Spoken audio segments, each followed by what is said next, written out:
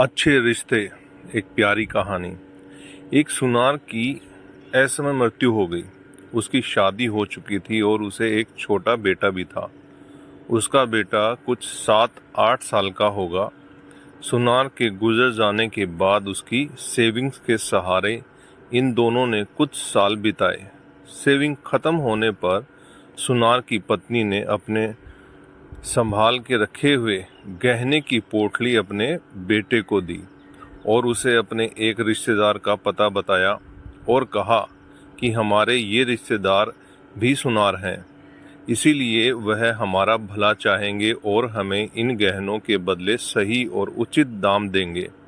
तुम उनके पास जाओ और उन्हें बेच के आओ।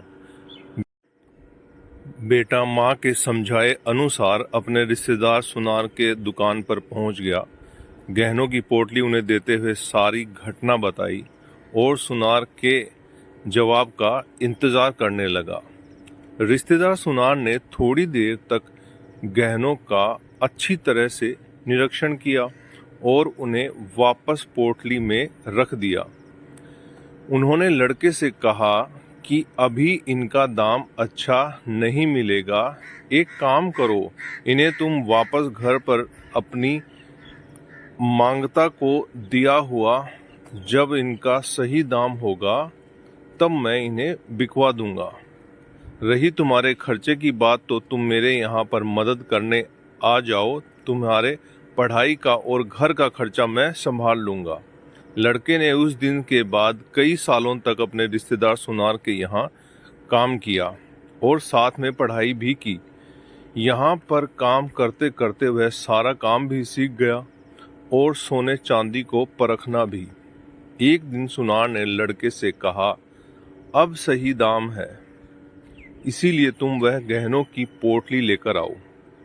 लड़के ने घर जाकर अपनी माँ से वह गहनों की पोटली मांगी, क्योंकि वह अब सोने चांदी को अच्छे से परखना जानता था। इसीलिए उसने एक बार तसल्ली के लिए गहने पोटली से निकाल कर देखे। उसे बहुत आश्चर्य हुआ, क्योंकि सारे के सारे गहने नकली थे। वह निराश होकर सुनार की दुकान पर पहुंचा।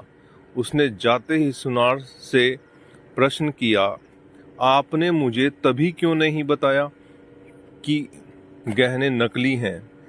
सुनार ने कहा कि घर में तब तुम्हें गहनों की सच्चाई बताता तो शायद तुम लोगों को लगता कि तुम्हारे बुरे समय की वजह से मैं तुम्हारा फायदा उठाना चाहता हूँ, इसीलिए गहनों को नकली बताकर तुम्हारी मदद नहीं करना चाहता या उन्हें हड़प लेना चाहता हूँ। इसीलिए मैंने तुम्हारी मदद की और सही समय आने का इंतजार किया कि तुम्हें सारी सच्चाई बता सकूं। लड़के की आंखों में अपने रिश्तेदार की बातें सुनने के लिए कृतज्ञता के आंसू थे। उसने उन्हें धन्यवाद दिया और उनके पैर छुए।